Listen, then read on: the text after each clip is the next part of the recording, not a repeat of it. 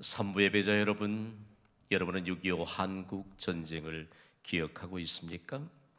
다가오는 6월 25일은 6.25 한국 전쟁 75주년이 되는 날입니다. 한국 전쟁은 우리 민족에게 지울 수 없는 아픔을 남겼습니다.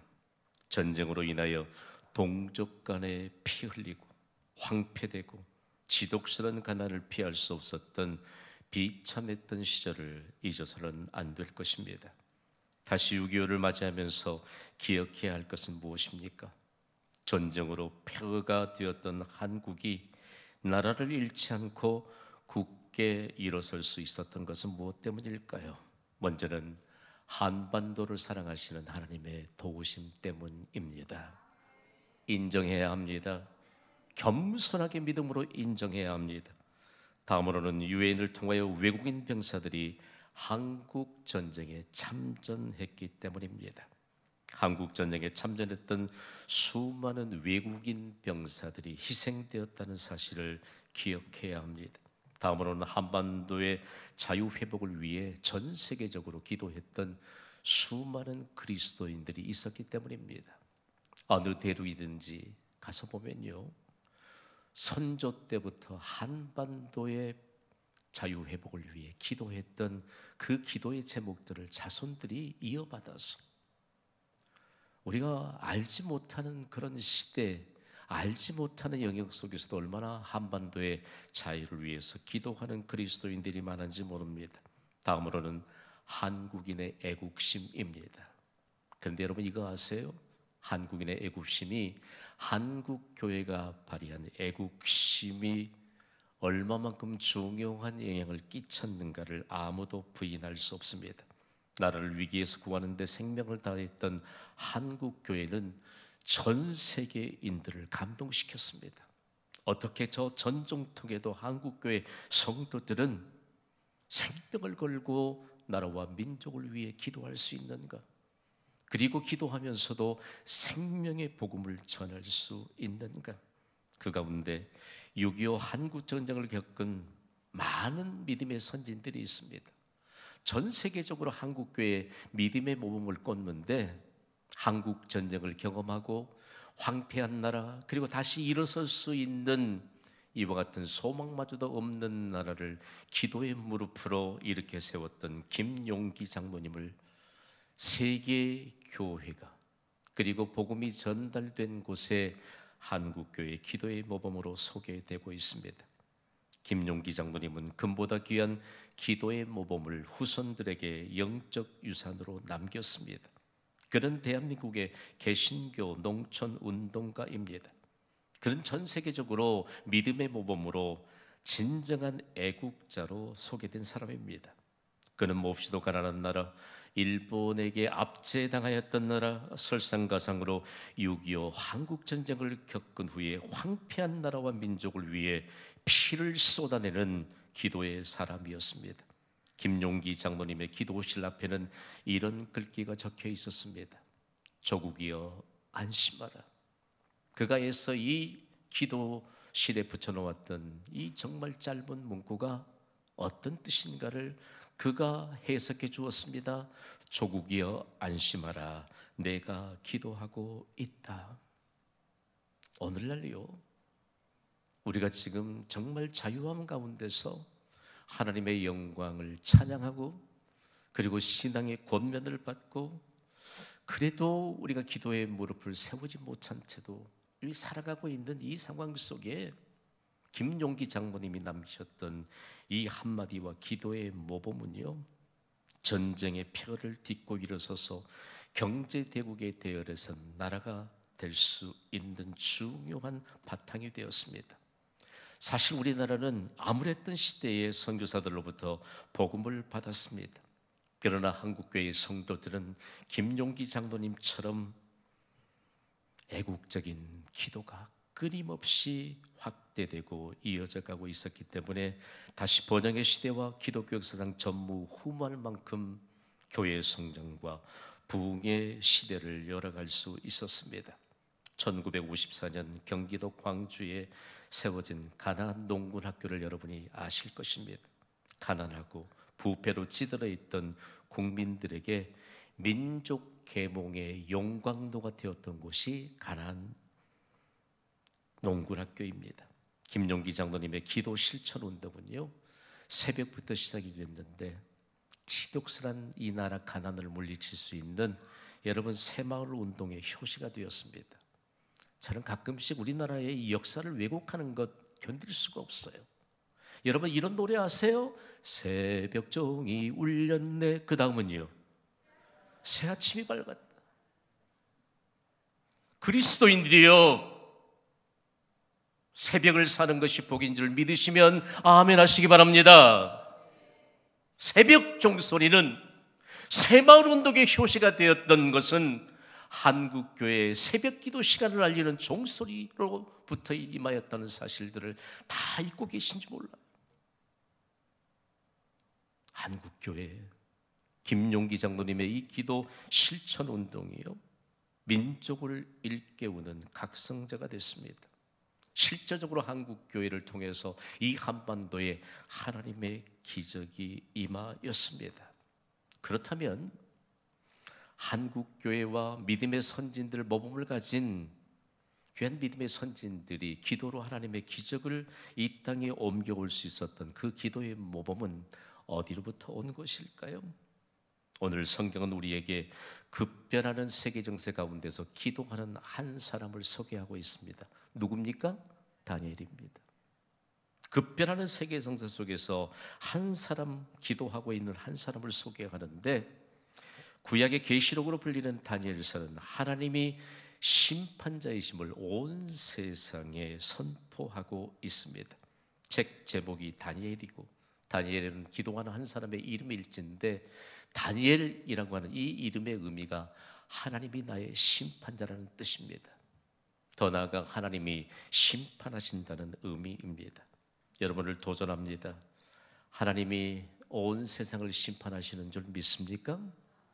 우리 개인도 하나님이 심판하십니다. 인류의 종말은 반드시 옵니다. 개인의 종말도 반드시 옵니다. 그러면 온 세상을 향한 하나님의 도구로 쓰임받은 다니엘에게서 우리가 본받아야 될, 배워야 할 믿음은 도대체 무엇일까요? 다니엘은요, 모든 장애물을 믿음으로 극복한 사람입니다. 다니엘은 하나님의 선민인 유대 나라가 망하던 시기에 태어났습니다. 다니엘은 15살 되던 해 바벨론이라고 하는 강대국의 유대 민족이 완전히 멸망했습니다. 하나님의 말씀에 불순종하고 우상을 숭배하더니 완전히 멸망했을 때 부모들과 함께 더불어서 바벨론 제국의 포로로 끌려갔습니다. 그곳에는요, 하나님의 이름을 부를 수조차 없습니다. 예배를 드릴 수조차 없습니다. 하나님의 영광을 연주했던 악기마저도 사용할 기회가 전혀 없습니다. 그래서 포로로 끌려가면서 행여라도 하나님의 영광을 연주할 수 있는 기회가 있을까 해서 악기를 가지고 갔는데 악기는 더 이상 소용이 없었습니다. 그들은 바벨론 강가에 쭉 늘어진 나무가지에 악기를 걸어놓고 사용하지 못한 그 아픔을 우리가 어찌 이방에서 하나님을 노래할꼬? 오늘 여러분 찬양 몇 곡이나 하셨습니까? 좀 늦게 오셔서 맨 처음부터 은혜로운 찬양이 시작됐는데 다 잘라 드신 건 아닙니까? 찬양을 할 수가 없어요. 이방에서 어떻게 우리가 여호와의 이름을 부를꼬? 여러분, 우리가 오늘 찬송하고 예배할 수 있는 건 하나님의 특별한 은총인 줄 믿습니다. 그 시절에 다니엘이요, 그곳은 믿음이라고 하는 것을 펼칠 수도 없는 무시무시한 곳인데 다니엘은 결단코 믿음이 꺾이지 않았습니다. 자신이 처해 있던 그 상황 속에서도 믿음 생활을 소홀히 하는 명분으로 삼지 않았습니다. 지구상에서 가장 강력한 사람의 힘이 작용하던 시대가 바벨론 제국 시대요, 유대 민족이 포로가 되었던 그 시대입니다. 여러분, 사람의 힘 아세요? 잔인한 사람의 힘, 상식마저도 무너진 사람들이 발휘하는 그 힘. 바벨론 제국에서 어떻게 15살 된 소년이 믿음이 꺾이지 않고 계속해서 하나님께 뜻을 정하고 하루에 3번씩 조국인 예루살렘을 향해 기도하고 하나님께서 미래의 소망을 주시기를 그렇게 기도할 수 있었을까요?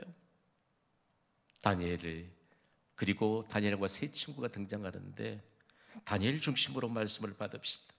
다니엘은 하나님을 향해 뜻을 정함으로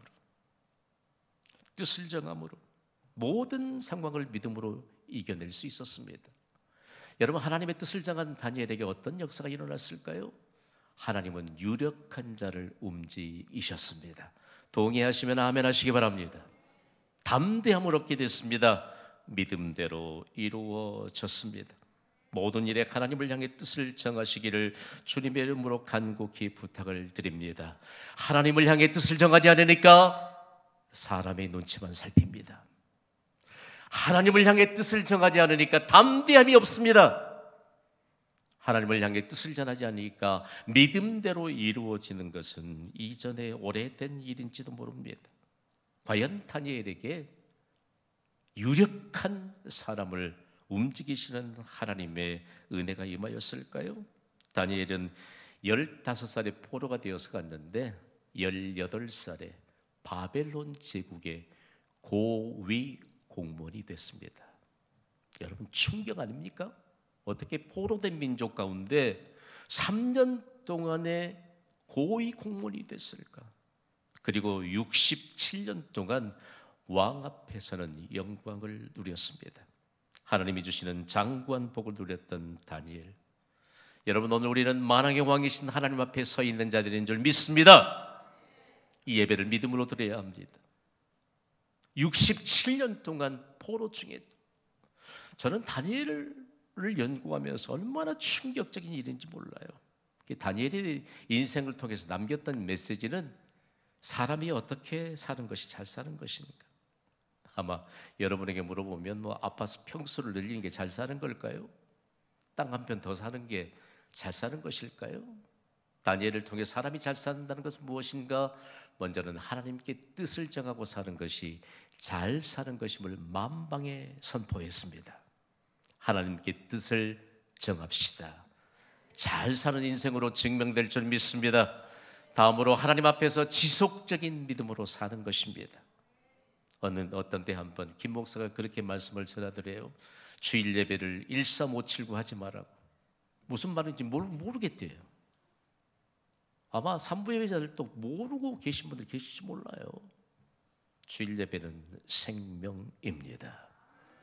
이 나라와 민족을 살리는 생명의 근거가 되는 예배, 여러분 소홀히 할 수 있습니까? 다음으로 하나님의 영향력으로 사는 것입니다. 하나님이 우리에게 물질도 맡겨주시고 건강도 맡겨주실 줄 믿습니다. 그런데 그거 하나님의 영향력으로 사는 증거가 없다면요, 오늘 우리에게 다니엘이 67년 동안 왕 앞에서는 영광스러운 인생을 살았다. 잘 사는 것이 무엇일까? 제가 여러분 입장이 곤란할까 봐 여러분 잘 살고 계시는지 더 이상 묻지는 않겠습니다. 우리의 삶의 현장에서 하나님의 영향력이 과연 나타나고 있을까? 그러면 다니엘이 잘 살 수 있었던 비결, 하나님의 영향력으로 살 수 있었던 그 비밀은 어디에 있을까? 다니엘이요, 죽기를 각오하고 기도했습니다. 여러분, 형편이 어려워지면, 건강이 약해지면 죽기를 각오하고 기도하면 살 길이 열릴 줄 믿으시기 바랍니다. 다른 방법 없어요. 죽기를 각오하고 다니엘이 기도했습니다. 저는 성경을 연구하다가 어떻게 악기 연주도 못하고 하나님의 이름을 부르지 못하는데 어떻게 다니엘이 믿음을 지킬 수 있었을까? 이 상황 속에서 우리에게 죽기를 각오하고 기도했까? 하나님이 죽기를 원하지는 않습니다. 여러분, 어떤 상황도 이겨낼 수 있는, 세상이 줄 수 없는, 사람이 줄 수 없는 바벨론 제국의 가장 강력한 왕이 발휘하는 그 힘과는 비교가 되지 않을 하나님의 능력을 입혀주셔서 민족마저 살 길을 열어주신 분은 하나님이신 것을 증거했습니다. 죽기를 각오하고 기도하는 다니엘을 통해서요, 얼마만큼 하나님의 역사가 펼쳐졌는지 몰라요. 제가 바벨론 제국할 것입니다, 여러분은 절대 멸망하지 않아, 이렇게 단호하게 좀 선포해 주세요. 싸납게. 바벨론 제국. 인류 역사를 더듬어 가면요, 바벨론 제국은 멸망해서는 안 돼요. 사람들이 바벨론 제국이 멸망해서 안 돼, 멸망할 수가 없다, 결론입니다. 그런데 다니엘이 기도하기 시작할 때 하나님은 하나님의 역사를 준비했는데, 메대와 바사라고 하는 작은 두 개의 민족이 연합국을 만들어서 바벨론 제국을 완전하게 멸망시킨 것입니다.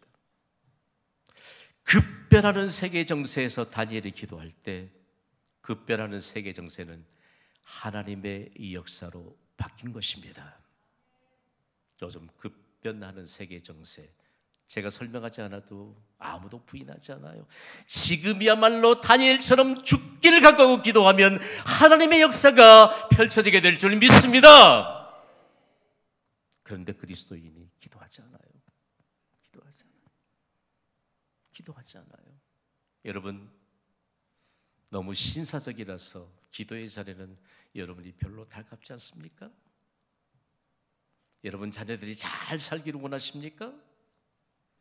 우리가 지금 현재 누리는 자유는 결코 공짜가 아닙니다. 6.25 한국전쟁 당시 미국의 대통령의 아들도 한국전쟁에서 목숨을 잃었습니다. 전 세계적으로 기도했던 그리스도인들, 급변하는 세계 정세를 하나님의 역사로 바꿀 만한 한 사람의 기도의 사람을 하나님이 찾으십니다. 바벨론 왕조를 멸망시킨 바사, 곧 페르시아 왕을 대표해서 즉위한 왕에게 붙이는 왕의 칭호가 있는데 다리오입니다. 하나님이 다니엘이 기도하게 될 때 연합국의 다리오라고 하는 이 왕의 호칭과 함께 드러내면서, 처음에는요, 고레스라고 하는 이 왕이 즉위하기 전엔 고레스의 삼촌이 연합국의 다리오로 즉위했거든요. 그런데 하나님이 전혀 뜻밖의 역사에 등장 안 했던 고레스라고 하는 한 인물을 등장시키고 바벨론 제국 완전하게 멸망시킵니다. 그 전쟁사를 읽어보면요, 정말이에요. 고레스는 한 번도 마음 결단하고 피 흘리면서 싸워본 적이 없어요. 하나님이 배경 되셔서 가는 곳곳마다 그냥 성문을 열어주고 항복한 것입니다. 동의가 되시면 아멘 하시기 바랍니다. 기도를 안 하니까 그리스도인들이 나약해졌습니다. 세상이 그렇다고요? 교회가 또 집하고 좀 먼 거리가 있습니까? 다니엘 같으면요, 그거 이 기도했던 다니엘 앞에서 그런 명분 내세웠다면 정말 무한만이 당했을 거예요.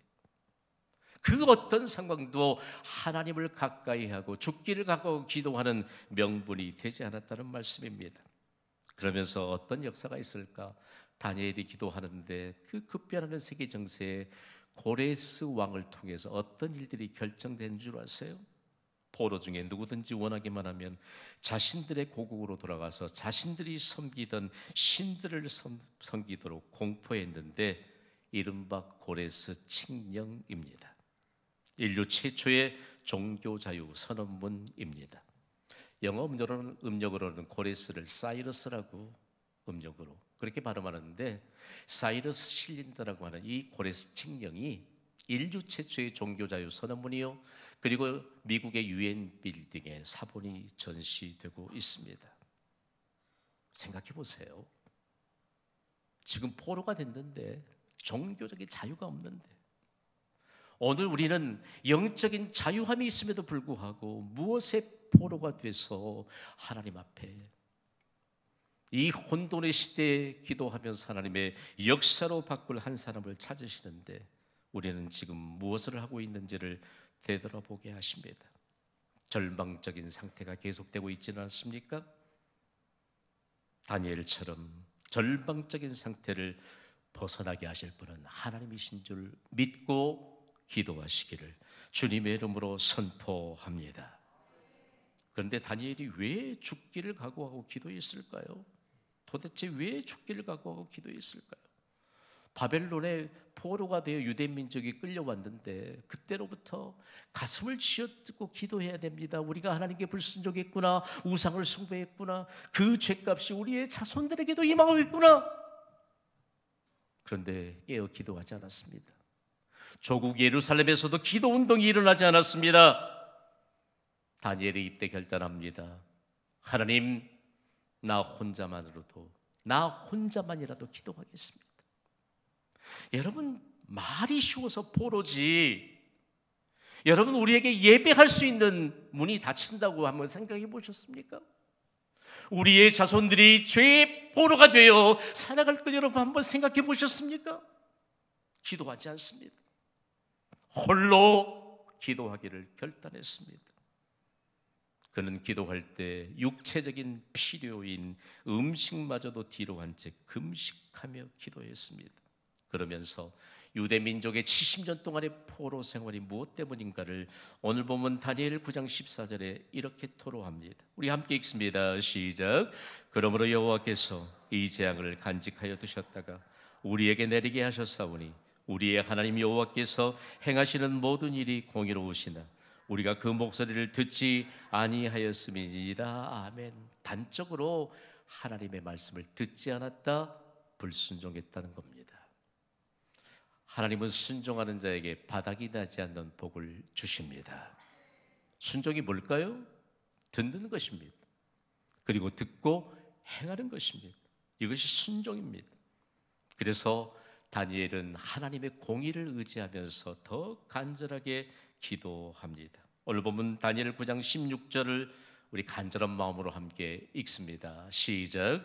주여 구하옵나니 주는 주의 공의를 따라 주의 분노를 주의 성 예루살렘 주의 거룩한 산에서 떠나게 하옵소서. 이는 우리의 죄악 우리 조상들의 죄악으로 말미암아 예루살렘과 주의 백성이 사면에 있는 자들에게 수치를 당함이니이다. 아멘.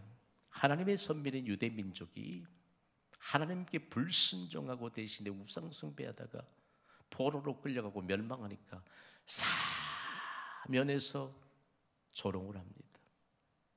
여러분, 생명을 하나님께서 연장시켜 주시는 동안 믿음으로 삽시다. 이 나라와 민족을 살리는 한 사람의 기도가 필요한 이 시대에 하나님의 부르심에 순종합시다. 그러면서 다니엘이 부르짖고 있는 공의는 도대체 무엇일까? 다니엘이 죽기를 각오하고 조국을 위해 기도하는 공의는요, 사람의 속성, 사람이 가지는 품성이 아닙니다. 하나님만 가지고 계시는 하나님의 품성, 고유의 품성, 곧 하나님의 속성이 공의입니다. 하나님의 속성인 공의는 각 사람을 공평하게 취급하시는 것으로 증명됩니다. 하나님은요, 얼마만큼 공의로우신지 모릅니다. 그래서 하나님의 백성이 행동할 때 모든 판단의 기준이 되는 척도가 다름 아닌 공의입니다. 하나님의 공의는 하나님께서 죄에 대해서 정당하게 심판하십니다.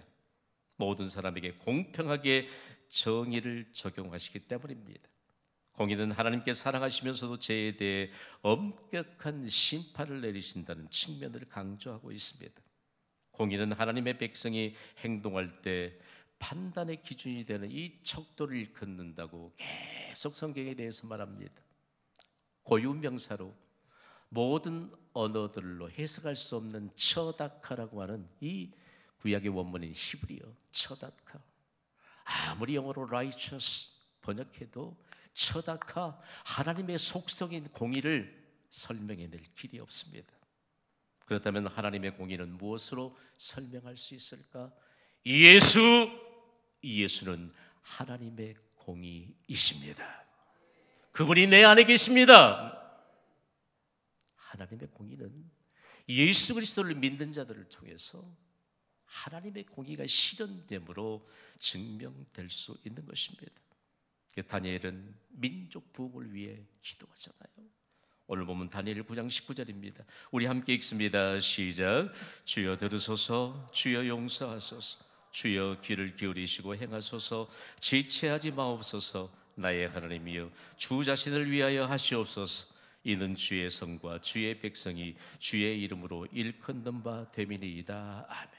길어도 짧게 말씀을 마음에 새깁시다. 다 함께 선포합시다. 시작.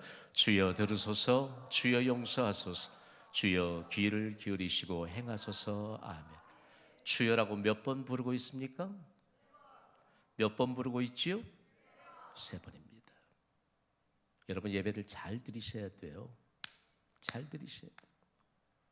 잘 들으셔야 돼요. 예배의 귀중성을 모르니까 주여 3번 부르고 있습니다. 주여 3번 불렀던 이 기도가 한국을 절망으로부터 소망의 빛을 비추게 하는 놀라운 근거가 됐습니다. 주여, 주여 3번 부르는 주여 삼창에 대해서 여러분 잘 아시죠? 한국교회의 부흥을 이끌었던 기도, 전 세계 기독교 역사 가운데 주여 삼창은 코리안 프레이어, 한국 기도로 그렇게 명명되고 있습니다. 영광스러운 일이죠. 주여, 주여, 주여. 저는 미국 교회가 주관하는 기도회에서 잊을 수 없는 감동의 현장을 경험했습니다. 연합 기도회를 인도하는 미국인 목사가 기도하는데 한국 기도하자는 겁니다. 영어로 번역해서 올로드 하지 말고 한국말로 주여 주여 주여 외치면서 기도하자고 선포합니다. 한국교회는 다니엘처럼 주여 삼창으로 민족을 고난 가운데서도 건져냈고 절망 가운데서도 희망을 가져왔고 미래를 보장시키는 번영을 가져온 교회입니다. 여러분 신앙생활 편하게 하십시오 라고 말하는 교회는 절대로 가셔서는 안 됩니다. 안 돼요. 그런 교회는 생명력을 잃어버린 지가 오래기 때문입니다. 그렇다면 6.25 한국전쟁과 하나님의 공의는 어떤 관계가 있을까요? 한국교회는요 6.25 한국전쟁에도 하나님의 공의가 실현되게 하여 주시옵소서. 악을 판단하시고 악을 심판하실 분은 하나님이시기 때문입니다. 그러면서 얼마만큼 한국교회가 민족적인 교회로 인정받았는지 모릅니다. 한국교회는 애국하는 교회다. 그러면서도 전쟁 중에도 하나님의 공의가 실현되는 이와 같은 일들을 증명했던 교회가 바로 한국교회입니다. 여러분 잘 아시죠? 6.25 한국전쟁으로 인해서 황폐되어 비참했던 시절에 민족의 아픔이 담긴 수많은 국민 노래가 만들어졌습니다. 국민 노래 아닙니다. 저는 전쟁 가요라고 그렇게 해석하고 싶습니다. 전우야 잘 자라, 전우의 시체를 넘고 넘어 앞으로. 여러분 생각해봐요. 동족의 시체를 밟고 넘어 앞으로 빼앗긴 땅을 찾아야 되는 그 절박한 심정. 굳세어라 금수나, 눈보라가 휘달리는 바람찬 흥남부 뒤에 목을 놓아 불러봤다 찾아를 봤다. 좋은 영화는 보라고 만들어 놓은 것인데 국제시장을 여러분이 보셨다면 아마 실감이 날 겁니다. 단장의 미아리 고개, 이 노래를 부르는데 이러쿵저러쿵 잘해 부르니 못 부르니 난 기가 막혀요. 그런 노래가 아닙니다. 이별의 부산정거장, 한마는 피난살이 서름도 마라, 그래도 잊지 못할 판잣집이요. 이 노래가요 민족의 한을 담아서 눈물로 불렀던 노래입니다. 그런데 전쟁 이후에 좀 시간이 지나니까 젓가락 장단에 맞춰서 노래를 불렀습니다. 여러분, 술잔을 돌리면서 나누면서 부를 노래입니까 이게? 철없는 어린아이들은요 의미도 모른 채 따라 불렀습니다. 그런데 한국교회는 절망의 시대에 소망의 찬송을 부르면서 생명의 복음을 전하는 그들을 따라 예배당에 눈물을 흘리며 기도하는 수많은 국민들을 통해서 하나님은 다시 자유회복에 대한 영광스러운 결과를 가져다 주었습니다. 이때 전 세계적으로 한국 교회를 통해서 이 정말 전파된 메시지가 있는데 다름이 아닌 영적 끊김 현상을 주의하라는 것입니다. 전쟁 중에도 하나님과의 관계가 끊어지면 안 된다. 우리가 살 길은 영적으로 하나님과의 관계가 회복되는 것이다. 이 시대에도 영적 끊김 현상이 있음에도 불구하고 방치하며 살아가면 여러분, 우리의 미래, 우리의 자녀들에게 소망이 없습니다. 우리가 새끼 밥이나 잘 먹고 살자고 태어난 사람들이 아닙니다. 절대로 아닙니다. 한국교회 지금 새벽기도가 없어진 교회 수두룩합니다. 교회가 새벽기도가 없어진 것은 100% 목사 잘못입니다. 잠들어 있습니다. 목사도 잠들어 있고요, 장로도 잠들어 있고요, 안수집사도 잠들어 있고 권사도 잠들어 있습니다. 하물며 일반 성도들도 영적인 깊은 잠에 빠져 있습니다. 명분 내세우지 마세요. 이 나라와 민족을 살리고 우리의 가정을 살리고 우리 자손들이 살 길은 영적 끊김 현상을 주의하면서 하나님의 공의가 실현되는 나라 되게 하여 주시옵소서.